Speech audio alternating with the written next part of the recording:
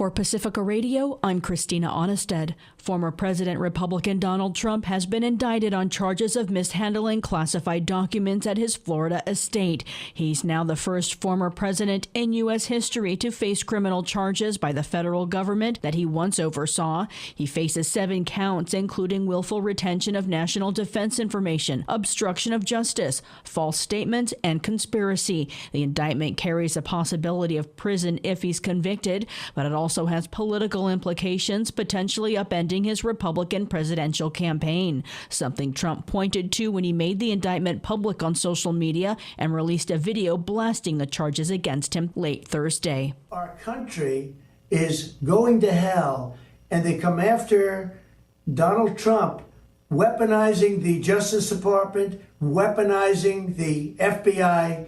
We can't let this continue to go on because it's ripping our country to shreds. It's called election interference. They're trying to destroy a reputation so they can win an election.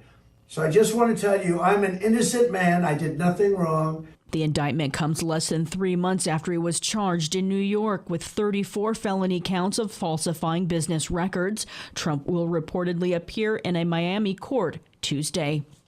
Ukraine says it has evidence Russia blew up the Kharkovka dam. That evidence is an alleged intercepted phone call of a Russian sabotage group discussing the dam being blown up and using derogatory terms against Ukrainians. Russia has blamed Ukraine for the dam's breach. Members of the United Nations Security Council Thursday, meanwhile, blasted Russia for continued shelling of a Ukrainian city that was inundated from the dam's collapse. At least 14 people have died. Many are homeless, and tens of thousands are without drinking water. Here's Ukraine's representative to the UN, Sergei Kyslytsya. We strongly condemn shellings of evacuation areas and call on the Russian Federation to cease such attacks and allow the evacuation teams to safely help the affected civilian population.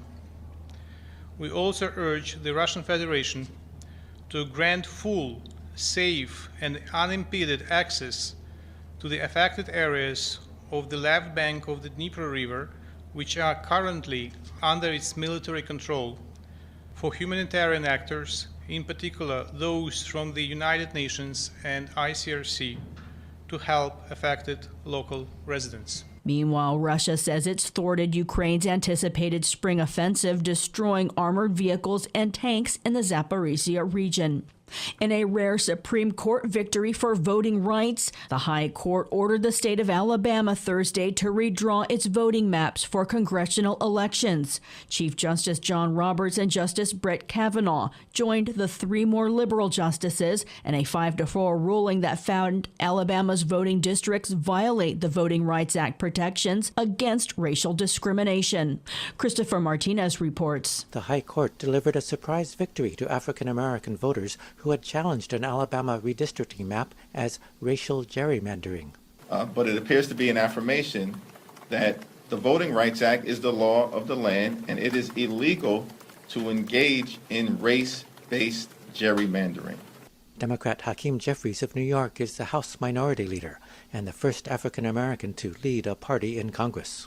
We can at least draw some comfort from the fact that the 1965 Voting Rights Act remains alive. At issue was Alabama's latest map of congressional districts.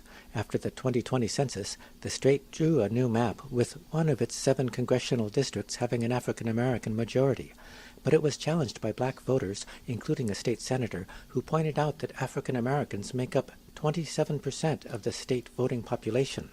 They say the new map dilutes the power of black voters, and that violates Section 2 of the Voting Rights Act, which bars state election laws that result in a denial or abridgment of the right of any citizen of the United States to vote on account of race or color. I'm Christopher Martinez. Another day of unhealthy smoke in the Northeast due to some 400 wildfires burning across Canada. Smoke has spread to the Carolinas and as far as the Nordic nation of Norway. President Joe Biden canceled a White House Pride Day event Thursday due to unhealthy air quality. Meanwhile, climate justice advocates braved the hazardous air and staged a rally outside the White House Thursday, linking the smoke and wildfires to climate change and demanding action. Climate justice, now! Demands included a rejection of the Mountain Valley Pipeline, which was approved in the default deal the president brokered with Republicans. Here's progressive Democrat Congresswoman Rashida Tlaib of Detroit, Michigan. You know, the White House needs to understand this is not only a climate emergency and a climate crisis, but the fact of the matter is corruption needs to stop.